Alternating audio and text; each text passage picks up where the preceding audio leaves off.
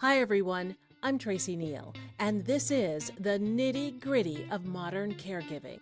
Today our special guest is Christina Germanario, Operations Director at Cloverleaf Therapeutic Riding Center in Northern Virginia. She's here to help us better understand why equine therapy might just be a great option for you and your loved one, as it was, oddly enough, for my 85-year-old mother. Go figure. She's here along with Sarah Jane and Dave Ziaya, who will share the touching story of their son, Andrew, whose life has been forever changed by horseback therapy. We have a lot to unpack here, and we're going to get into it in just a moment. But we begin today, as we always do, with a moment of self-care. I need it as much as you do. And with the help of an amazing group called A Beautiful Chorus, we're going to exhale together. Ready? Okay, here we go. Breathe it in, breathe it in, let it out, breathe it in, let it go.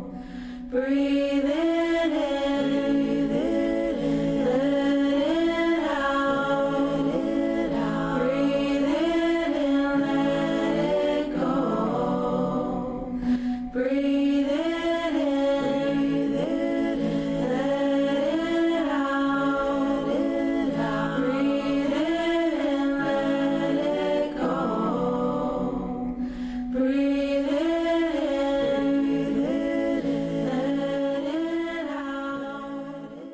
Now that we are centered and grounded, let's get into the nitty-gritty.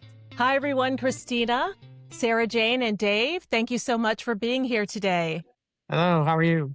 I'm well, thank Thanks, you. I Sarah. hope you are as well. So we're here to talk about equine therapy because I have to tell you, I was a little shocked at the positive impact it had on my elderly mother. She has dementia. And because of her age and condition, I just wouldn't have expected that type of therapy to be a good option. But it has been, and I want to get into that. And I also want to share information with other caregivers so that they understand what horse therapy is and why it's so applicable to a broad group of people. And talk about one very special young man who's 21. His name is Andrew. First, Christina, let's begin with you. Can you explain to us, I've heard hippotherapy, horseback therapy, horse therapy, equine therapy. Is it all the same thing, and how does it work? Yeah, so there's a little bit of a spectrum to it.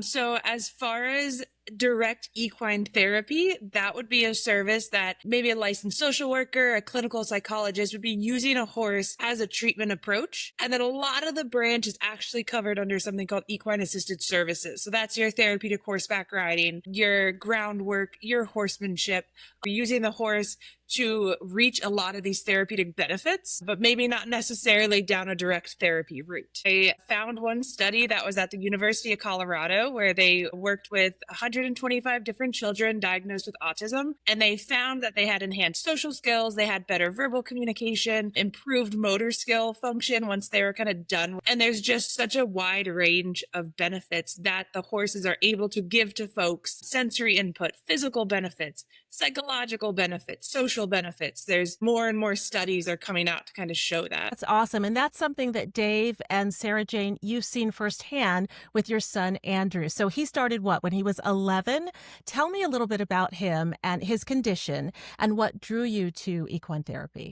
Andrew has Dravet syndrome, which is characterized by intellectual disability and seizure disorder. So he is in special ed at school, and he's very social. He's very able to connect with his eyes and with his slower speech, but he's very aware of things. But things are processing a little slower, and when he has seizures, he loses that memory of that time. So along with that, he has the apraxia, which is challenge walking and movement, and he has some spinal issues. The biggest thing I've noticed when he gets on the horse is after he's been riding, he's calmer. It calms him down, his body, but he's also more talkative and more expressive. It's pretty amazing. I'll say that. That immediate feedback from the horse is just everything he needs and wants, and he just craves. He loves riding, and it's helped with his speech and his social skills, as well as his movement and ability to just interact with others even. So it's incredible. It sounds incredible, and I'm so glad that it's been a wonderful experience for you. Now, you talked about seizures, so it's a type of epilepsy. So, Dave, talk to me a little bit about that. So he started out having 3 a day when he was first diagnosed, and then it was kind of like 1 a month. Within 3 or 4 days of a full moon, he was going to have a seizure. And then with some different medicines, now he's had maybe 3 and 6 months to almost 8 months now. So the medicines help, but I always noticed that after he was going to horse therapy, that it did. Sarah Jane's right. It calmed him down. I mean, he would be a little bit more expressive. He seemed to be more in touch with us, with what was going on around his environment. And I mean, I'd love to be able to say we could have tracked the seizures and seen if that made a difference or not. But, we just weren't keeping that close a track of it. But just his calmness, though, because sometimes if he gets really agitated about something, that can kind of, like the day after, later that day, he might end up having a seizure or something. So that's pretty much gone, especially when he goes to horseback therapy and has and sees his buddy Loki or whatever horse he's riding for the day. Because what I found amazing was that the horses know the kids and know the people, and they see him coming and they react. Andrew had been riding Loki for I don't know how long, and toward the end of the tour with Loki before he retired, you could see Loki getting excited for Andrew to come. And that's when I became a firm believer. It's like, yeah, okay, there's something really special going on here. Because at first, I didn't get to go to as many sessions as Sarah Jane did because work and that sort of thing. But it's fascinating to watch, and it's just warms your heart to see the horses get excited, just like Andrew does. So that was really wonderful. So what is that, Christina? Is that an emotional exchange of energy? I mean, I know they're special horses because I've been out there with you guys. They're older, they're calmer, they're wonderful. What happens there? Yeah, the horses that do kind of therapeutic riding we like to call them unicorns. They're really special horses. So even though they interact with maybe 100 to 200 people a week, they do start to learn the folks that ride them every week and the staff that work with them and the volunteers that work with them. They're just such smart creatures. When Andrew walks in, he is always in a great mood. So I'm in a great mood. I love that exchange of energy. So they feel it off of each other. And so that's how they kind of create those bonds. And it's a positive experience for both of them. Is it also the movement, the cadence? What else taps into people and just they're able to lock into the animal like that? Yeah. So when they're on the back of the horse, there's a lot that goes into kind of that rhythmic movement that gives a lot of sensory input. It is such a dynamic movement for folks that say are maybe in a wheelchair that they're in this really stationary wheelchair. And it's incredible how far wheelchairs and strollers have come that they almost eliminate all movement. But so now those folks are missing all that input that they'd be getting. So then if you're able to get them up on a horse, they're now getting that dynamic hip movement that maybe they're missing by being in a chair now. So just that movement of the horse gets your muscles working and your brain and your body, and there's so much going on that it kind of taps into that as well. That makes so much sense. But Sarah Jane, I'm going to go back to you because you talked about spinal concerns. And I know that DS specific to epilepsy has spinal issues. Kind of antithetical, you would think, to riding a horse, but Andrew has had a very good experience with it. He has. He's had so much. There's an exercise rhythm to it, too. So there are lots of different pieces, I guess, if you will, parts of riding and experiences. So some of it is standing on the horse. Some of it is going faster, going slower. And then some of the movements that the horse made really make a difference in stretching Andrew as he learns to also do his little lessons that his instructor will teach him about, like, look at this letter and say the letter that I'm going to, or say the number. And so he's learning and processing and following 1 or 2 step directions while he's exercising. And it's just whole body. It's amazing. And Dave, you had mentioned Loki. I know that's one of the horses there. I think Cooper and Tex, if I'm not mistaken, are some of the other horses that your son has really bonded with. How does he express that to you at this experience? Part of it is just when you're taking him to his lesson and you start talking about, do you want to go ride your horse? Andrew's not necessarily good with transitions, but when you say, okay, it's time to go ride your horse, boom, he's up. He's ready to go.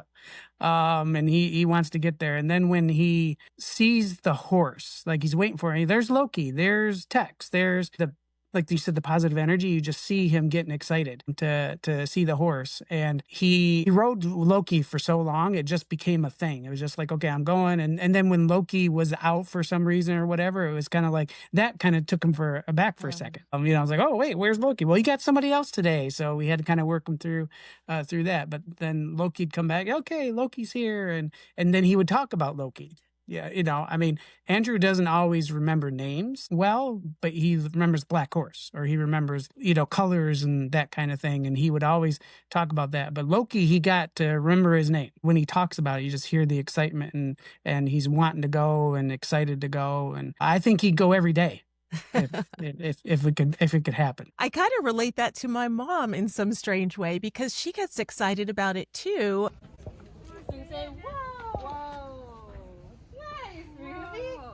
She loves being with the animals, and her blood pressure dropped and stayed down so low, and her blood oxygen level increases, and her mood, you talked about Andrew's mood, her mood comes up too. So Christina, I would never have thought of equine therapy for dementia care or people of her age group, but it really is broad, isn't it? It really is broad. And what's really neat about horses is you don't necessarily have to be on their back to get some of those benefits. So you can get a lot of benefits just being in an open field with a horse, and just being in a space with a horse, or standing next to a horse and you're grooming them. You feel their warmth, you feel them breathing.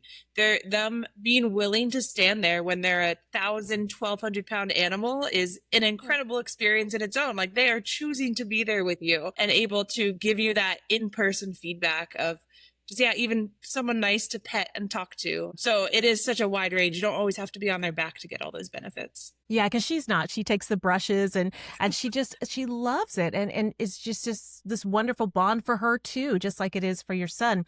And one thing that I think is really neat is that technology is coming into equine therapy. And I know there are simulators now that give you the same sensation or movement that you would have if you're not able to get on a horse. And there are other things I read about, VR and vest and pads. How is technology changing equine therapy? Yeah, so I think all these pieces of technology are just going to help us get more and more research to really put pen to paper data points of all the benefits that we're seeing. And now we're able to get concrete things that are like, yes, that is happening. We are able to kind of track the brain waves. We are able to see how if somebody's on a device that simulates a horse's movement, they're getting all these physical and all these other benefits. So I think it's just really going to skyrocket all the evidence-based facts of this that we're still working on and reaching for, that we know is there because we see it every day, but kind of getting everybody else behind it too.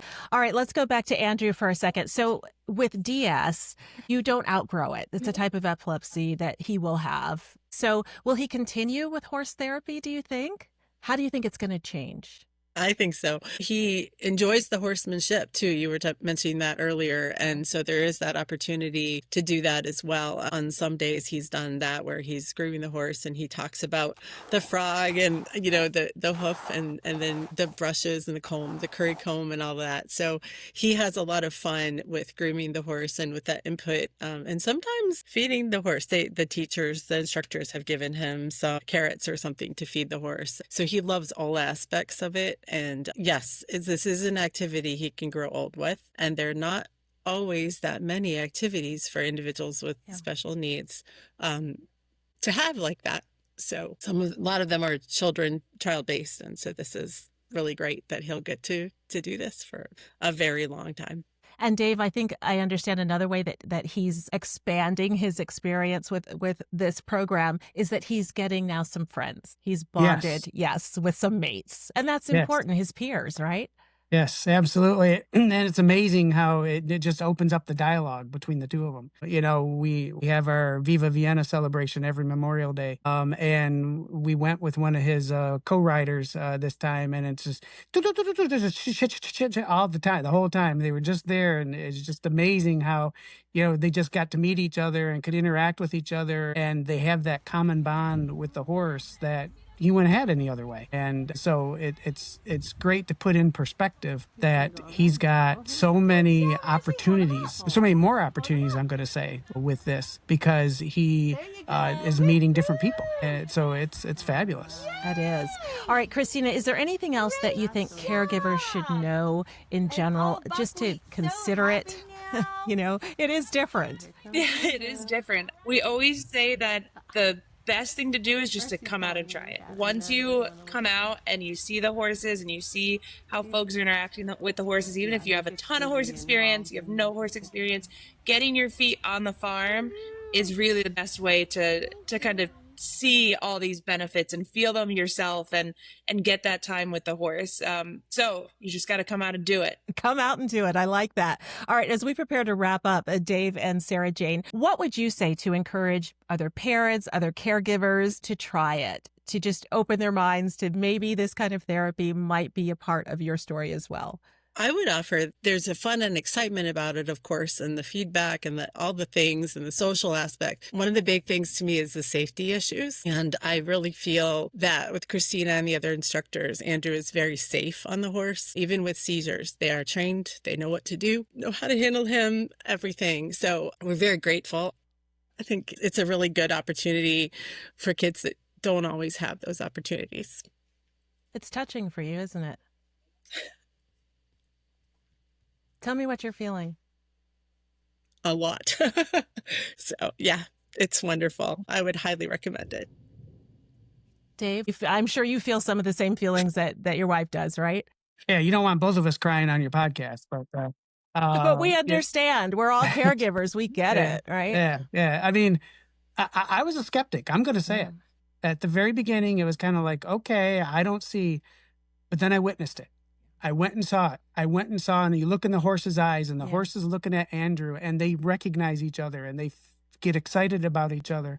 And if Andrew needs a slower cant or a slower day, the horse responds. If he's up and can get in a jump position and can ride it for a little bit longer, the horse is going along too, and to the point that sometimes they have to say, okay, slow down for a second, because Andrew will just keep going and everything. So it's amazing that they recognize each other, but they've created a bond that you have to see it to really understand it and to internalize it. And I think everyone should have that opportunity. Everyone should have that opportunity to have this kind of bond with an animal that just creates so much joy and increases his ability to respond and open up to the world around him. So, I mean, that's what I would give the person you're caring for an opportunity to expand his or her environment. Expand their world. Expand their world. Thank you so much. I really appreciate you taking time to share your son's story. Christina, I appreciate you sharing your information. And maybe some caregivers, will give it a shot and be as surprised as I was. But I wish you all well on your journey. Thank you. You as well. Thank you. Thank you. Thanks. I hope you enjoyed my conversation with Christina Germanario, Operations Director at Cloverleaf Equine Center in Northern Virginia, and the Ziaya family and their amazing son, Andrew. Here are today's top takeaways.